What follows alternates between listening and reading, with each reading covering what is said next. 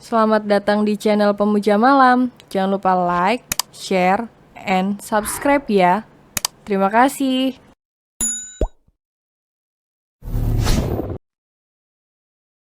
Chapter 10 Apa Kata Dunia.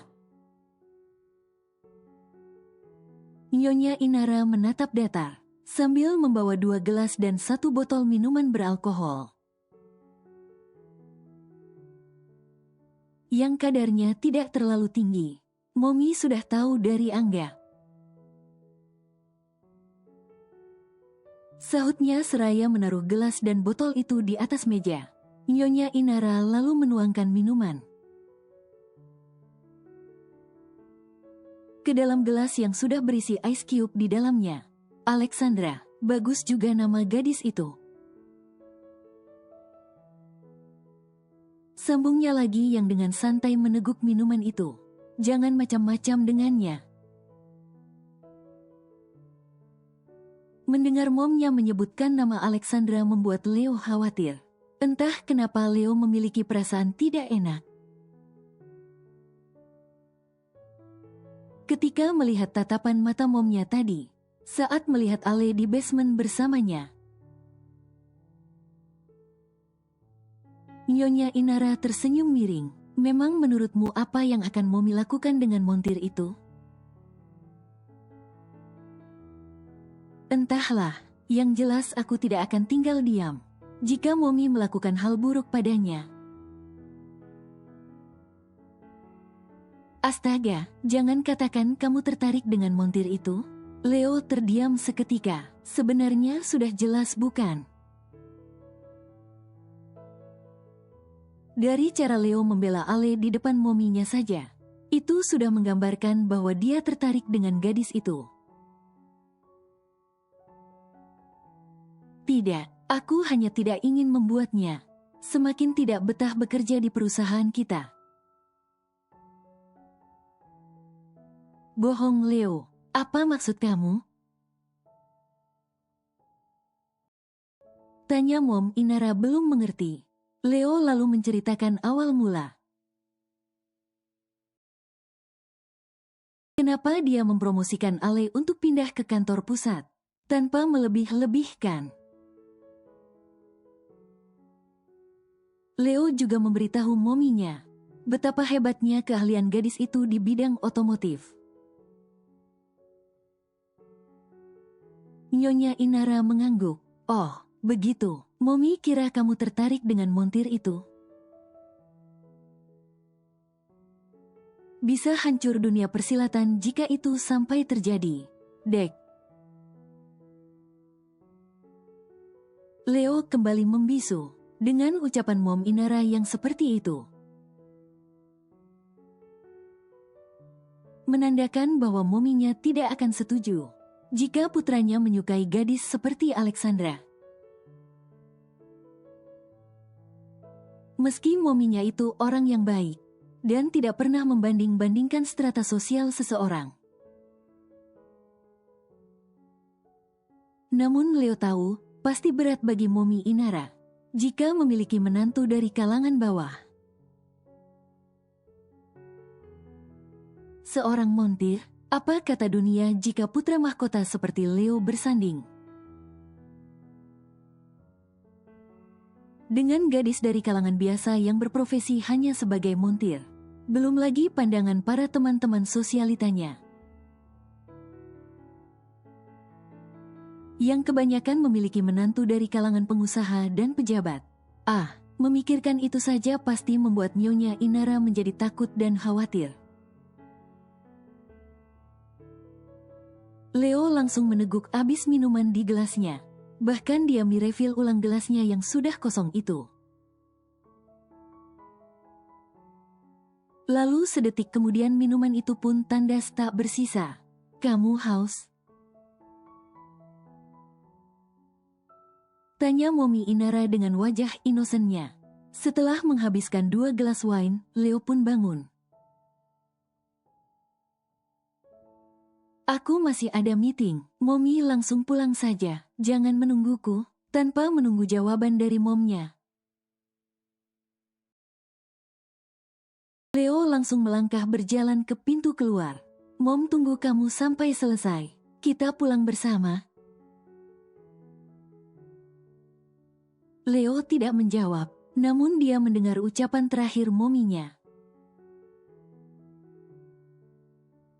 Kemudian Leo membuka pintu lalu pergi tanpa menoleh lagi. Hampir 1 jam Ale di perjalanan, hingga kendaraan roda 4 yang membawanya tiba di depan rumah besarnya. Ale pun turun dan lalu segera masuk. Setelah seorang security yang berjaga di rumahnya membukakan pagar. "Selamat sore, Non," ucapnya ramah.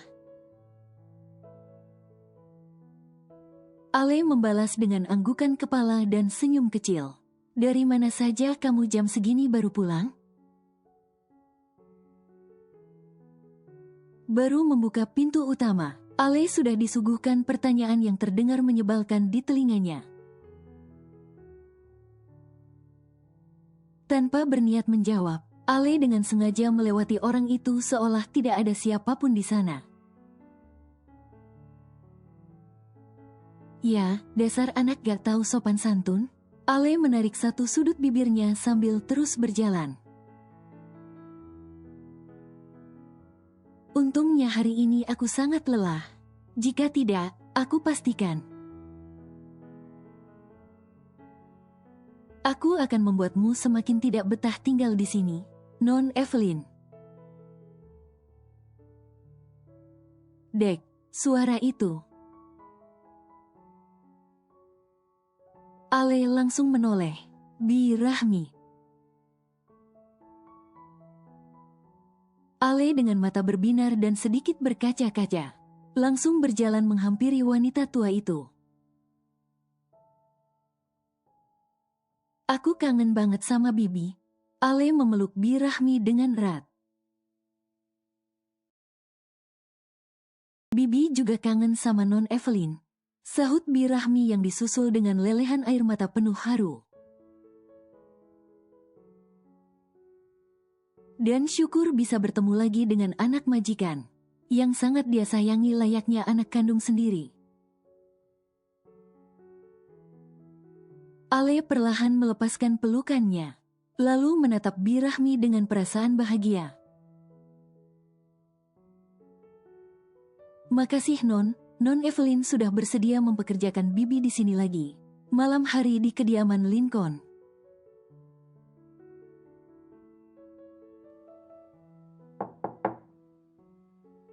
Pintu kamar Ale diketuk dari luar. Namun si empunya yang kelelahan masih asik bersembunyi di balik selimut tebalnya. Pasalnya setelah membersihkan diri dan berpakaian, gadis itu tak mampu lagi melakukan kegiatan lain. Saking lelahnya menjalani pekerjaannya hari ini, semua itu masuk akal karena Ale dikejar waktu.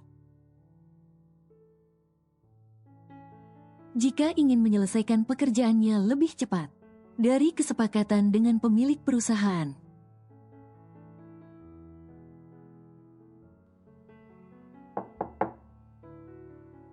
"Sayang, ini Dedi." Panggilan dari luar kamar. Ale melenguh panjang seraya meregangkan otot-ototnya yang terasa kaku. Setelah mengumpulkan kesadarannya beberapa detik, Ale pun bergerak turun dari kasurnya berjalan menuju pintu kamar.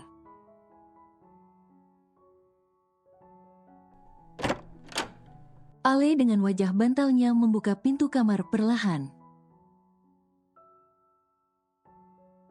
"Ada apa, Dad?" tanya Ale yang hatinya sedikit demi sedikit mulai mencair. Dan tidak lagi bersikap terlalu dingin pada dedinya. "Sayang, kamu belum makan malam." "Ini sudah jam 10 malam, Nak." Datzak mengusap surai sang putri dengan lembut dan penuh kasih sayang. Tadi saat tiba waktunya makan malam, Datzak sebenarnya sudah meminta Bi Rahmi untuk memanggil putrinya. Namun hampir 10 menit Bi Rahmi mengetuk pintu kamar. Ale belum juga membuka pintu tersebut. Ale mengangguk sambil mengucek matanya, yang masih mencoba beradaptasi dengan cahaya lampu yang terang. Kalau kamu mau makan di kamar, nanti Dad mintakan Bi Rahmi membawakannya untuk kamu. Ale menggeleng, aku makan di bawah saja. Sahut Ale dengan suara serak khas bangun tidur. Ya sudah, Dad tunggu di meja makan, ya, cup. Dek, kedua netra Ale seketika itu juga langsung terbuka lebar. Tanpa sadar matanya sudah berembun, untuk kali pertama mendapatkan kecupan singkat di kepalanya. Setelah bertahun-tahun dari sang dedi, orang tua satu-satunya bagi Ale. Setelah itu mengecup putrinya. Datzak kembali melangkah turun dari lantai 2, menuju ke meja makan untuk menunggu putrinya. Sementara Ale masih mematung di tempatnya, sambil terus menatap dedinya dari pintu kamar. Bahagia, sedih, haru, semua menjadi satu. Bahagia, tentu saja, anak mana yang tidak bahagia?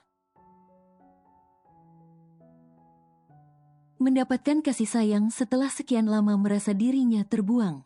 Sedih, sudah pasti, Ale selalu mendambakan kasih sayang. Sejak kehilangan mominya di usia gadis itu yang masih terbilang anak-anak. Haru, ya, Ale sama sekali tidak pernah membayangkan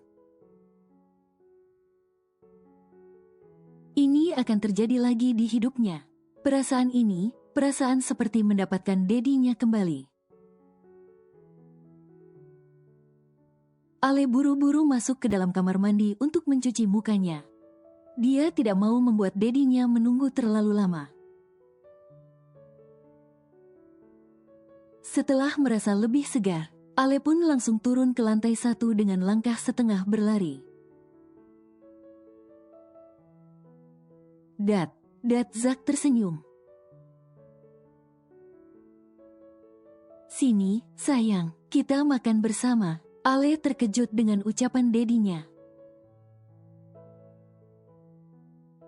Jadi Dedi belum makan? Tanya Ale dengan perasaan bersalah. Datzak kembali tersenyum. Dad ingin makan bersamamu. Benar, Datzak memang belum makan malam, karena ingin makan bersama Ale. Tadi bahkan pria tua itu harus berdebat dengan istrinya, karena lebih memilih masuk kembali ke dalam ruang kerjanya. Saat Bi Rahmi mengatakan bahwa sang putri tengah tidur, dan meninggalkan Nyonya Sophie yang terpaksa makan malam seorang diri, Ale lalu mengangkat piring dedinya, dan mengisi piring itu dengan makanan yang sudah tersedia. Terima kasih, sayang. Mereka pun makan malam dengan tenang. Mungkin karena masih merasa sedikit canggung, Ale pun tidak banyak bicara jika tidak ditanya lebih dulu.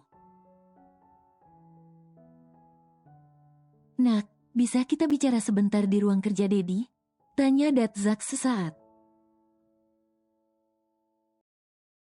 Setelah keduanya selesai memberi makan cacing-cacing di dalam perut mereka, Ale mengangguk. Bi, panggil Tuan Zak pada Bi Rahmi. Ya, Tuan. Bi Rahmi yang langsung beranjak dari kamarnya yang di belakang menuju panggilan dari sang tuan.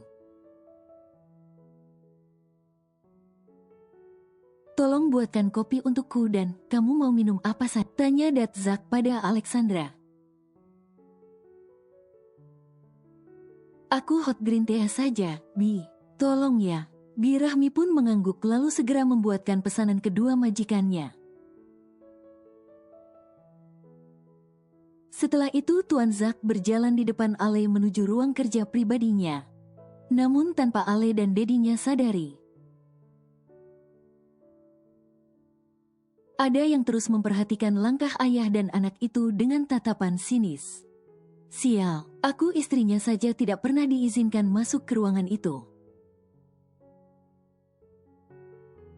Gumam seseorang yang tak lain adalah Nyonya Sophie, yang berdiri di balik tembok tidak jauh dari kamarnya berada.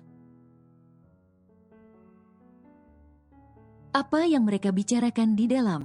Cek, aku harus mencari tahu. Dengan langkah cepat. Setelah memastikan suami dan anak tirinya masuk ke dalam ruangan itu, Nyonya Sophie pun menghampiri Bi Rahmi yang berada di dapur. Biar aku yang bawa minuman itu, ucapnya dengan sangat mengintimidasi. Maaf, Nyonya, Tuan sudah memberikan saya peringatan. Nyonya dan Nonfanya tidak boleh masuk ke ruangan pribadi Tuan. Dek, apa? Zak melarang aku dan Fanya masuk ke ruangan itu? Breng. Aku sudah tidak tahan jika terus diperlakukan seperti ini. Biar aku yang bawa, jangan membantah. Atau kamu mau aku pecat lagi? Hah? Nyonya Sophie dengan amarahnya langsung memberi ancaman pada Bi Rahmi. Bi Rahmi menggeleng cepat. Maaf, Nyonya, tapi Non Evelyn mengatakan pada saya. Siapapun tidak ada yang bisa memecat saya kecuali Non Evelyn sendiri. Nyonya Sophie kembali meradang mendengar penuturan pembantunya. Nunung, Nunung. Nyonya Sophie berteriak-teriak memanggil pembantunya yang lain. Nunung sudah tidak ada di rumah ini lagi, Nyonya. Tadi sore saat Nyonya tidak ada Tuan memecat Nunung. Apa? Pekik Nyonya Sophie tidak percaya. Dengan kesal dan marah wanita itu menghentakkan kakinya, berjalan menuju ruangan Tuan Zak.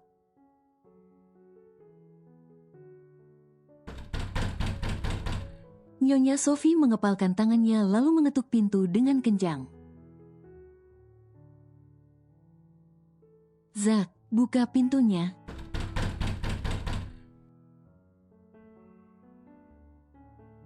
Zak, aku tahu kau dahi dalam bersama anakmu itu. Cepat buka pintunya atau aku akan.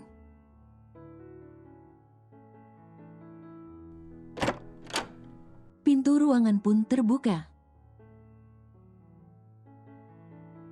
Atau kau akan apa? Tanya Tuan Zak dengan tatapan tajamnya. Zak, jelaskan padaku kenapa kau memecat Nunung? Tanya Nyonya Sophie dengan berapi-api. Oh, rupanya kau sudah tahu. Bagus. Jadi aku tidak harus memberitahukannya lagi. Jawab Tuan Zak dengan santai. Masuk saja, Bi. Taruh minuman itu di dalam. Ucap Tuan Zak pada Bi Rahmi yang sudah berada di belakang Nyonya Sophie. Bi Rahmi pun langsung masuk. Dengan nampan berisi minuman pesanan di tangannya, sebelum Nyonya Sophie mengintip ke dalam ruangan itu. Tuan Zak langsung menutup pintunya kembali. Kenapa aku tidak boleh memecat pembantumu? Sedangkan dulu kau berani memecat Bi Rahmi tanpa alas. Dek. Nyonya Sophie terdiam tidak seperti tadi, yang begitu semangat untuk membuat perhitungan pada suaminya. Tapi Zak, Nunung tidak membuat kesalahan apapun. Kenapa kau memecatnya? Kasihan dia, Zak. Tuan Zak tersenyum miring. Apa dulu Bi Rahmi membuat kesalahan? Hingga harus kau pecat dengan tidak hormat. Hah? Sudahlah, jangan playing victim. Aku tahu kau mempekerjakan Nunung untuk mengawasi aku, kan? Jangan harap itu akan terjadi lagi. Setelah mengatakan itu, Tuan Zak pun masuk ke dalam ruangannya lagi dan menutup pintunya dengan keras tepat di depan Nyonya Sophie. Nyonya Sophie sangat marah pada suaminya. Sejahat itukah Zak padanya sekarang? Dulu kita pernah sedekat nadi. Hingga sekarang kita sejauh matahari. Apa salahku padamu, Zak? Tidak cukupkah kamu menyiksaku selama ini dengan sikapmu? Nyonya Sophie pergi malam itu mengendarai mobilnya seorang diri, membawa luka hatinya yang sudah tidak tertahankan lagi. Luka yang Zak berikan padanya bertahun-tahun. Luka yang bahkan tidak pernah sembuh. Bahkan hingga usia mereka sudah tidak muda lagi. Luka itu, luka yang semakin hari semakin besar dan menyakitkan. Hiks, aku benci padamu, Zak. Aku benci. Nyonya Sophie menangis terisak dan jika siapapun mendengarnya, pasti akan mengira tangisan itu begitu pilu dan menyakitkan. Sementara itu di ruangan pribadi Tuan Zak, Bi Rahmi masih ada di sana bersama kedua majikannya. Bi, saya juga ingin bicara dengan Bibi, ucap Tuan Zak. Setelah mempersilahkan Bi Rahmi duduk di sofa yang berhadapan dengan Ale. Bi, saya ingin meminta maaf pada Bibi dan juga keluarga atas kejadian beberapa tahun lalu. Sungguh, karena kesibukan saya saat itu. Saya tidak tahu bahwa Bibi dipecat oleh istri saya. Tuan tidak perlu meminta maaf. Itu bukan salah, Tuan. Mungkin itu semua takdir yang sudah dituliskan yang di atas untuk saya dan keluarga. Terima kasih, Bi. Dan mulai sekarang jika Sophie atau Vanya berbuat macam-macam atau mengatakan apapun pada Bibi, tidak perlu didengarkan, tinggalkan saja. Bi Rahmi mengangguk pelan. Baik, Tuan. Sebenarnya sejak dulu, saat nyonya besarnya masih ada pun, pekerjaan Bi Rahmi di kediaman Tuan Zak hanya sebagai juru masak, tidak lebih. Untuk kebersihan rumah dan mencuci pakaian, sudah ada orang yang akan datang seminggu 3 kali ke rumah besar itu. Dan untuk kebersihan kebun dan halaman depan, dan taman belakang Pak Gunturlah yang kini mengambil alih. Sejak suami dari Bi Rahmi itu sudah tidak lagi mengantar jemput Alexandra, yang bersekolah di luar negeri selama lebih dari 10 tahun tersebut. Pak Guntur hanya akan mengantar Nyonya Sophie dan Vanya jika kedua wanita itu memintanya. Sepasang suami istri itu memang tinggal di rumah Tuan Zak, dan mereka berdua memiliki hari libur yang sama, yaitu di hari Minggu untuk beristirahat dan meluangkan waktu mereka bersama keluarga dan anak-anaknya. Setelah itu Bi Rahmi pun keluar, meninggalkan Ale dan Tuan Zak yang tetap berada di dalam ruangan. Nah, Tuan Zack berpindah tempat duduk jadi di samping Ale. Ada yang mau Dedi bicarakan. Sebenarnya ini tidak begitu penting. Tapi menurut Dedi tidak ada salahnya untuk Dad tanyakan dulu hal ini padamu. Ada apa, Dad? Katakan saja. Tapi Dad, mohon kamu jangan tersinggung. Tuan Zack memegang kedua tangan putrinya. Ale mengangguk pelan. Apa kamu sudah punya kekasih, Dek? Kenapa Dad menanyakan hal ini? Ale hanya bisa menjawab dengan menggelengkan kepalanya. Dad Zack tersenyum. Sayang, apa kamu keberatan jika Dad kenalkan dengan seseorang?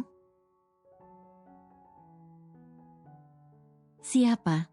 Ale mengerutkan keningnya. Dia seorang pengusaha muda dan sukses menjalankan bisnis keluarganya. Maksudnya, Dad mau menjodohkan aku dengan pengusaha itu?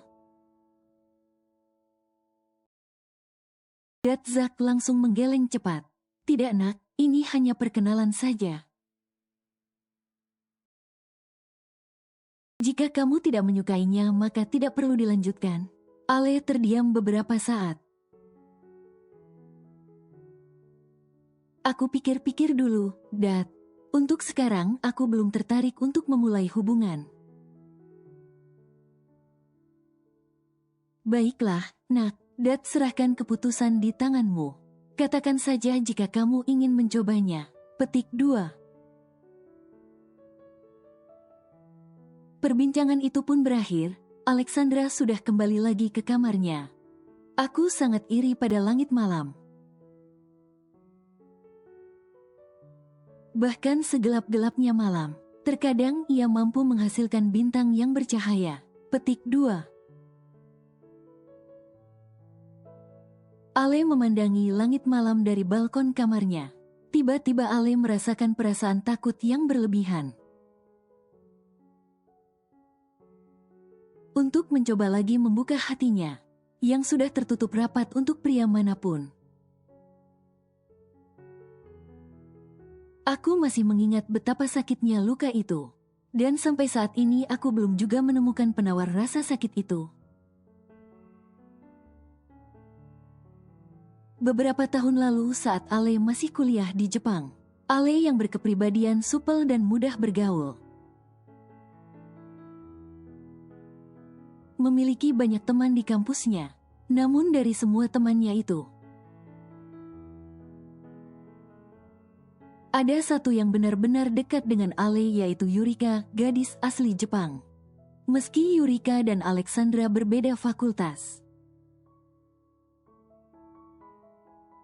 namun mereka tetap bisa bersahabat sampai 2 tahun lamanya, sebelum keduanya sama-sama lulus S2.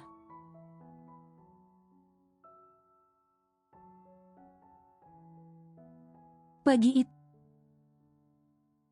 Ale yang akan selalu berangkat bersama menuju. Evelyn, ada seseorang yang mau aku kenal. Ucap Yurika di perjalanan mereka menuju kampus.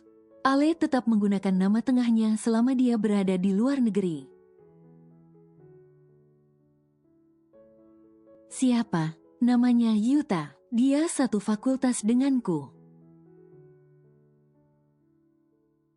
Jawab Yurika. Ale pun mengangguk, menyetujui permintaan Yurika. Ya, jika hanya berkenalan saja tidak ada salahnya kan? Lagi pula selama Ale di luar negeri,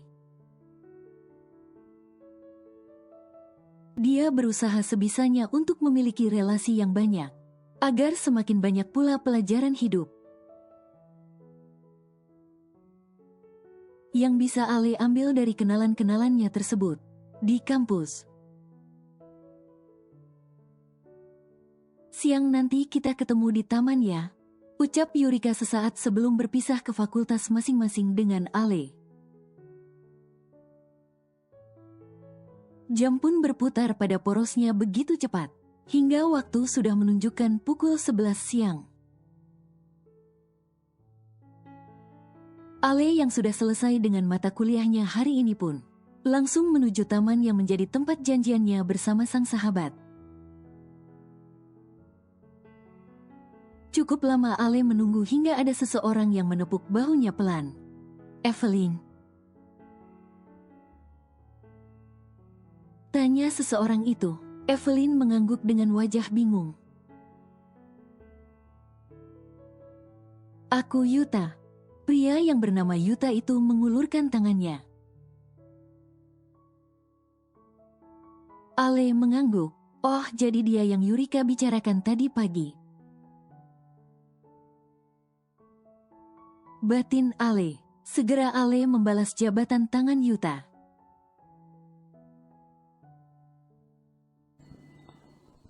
Bersambung.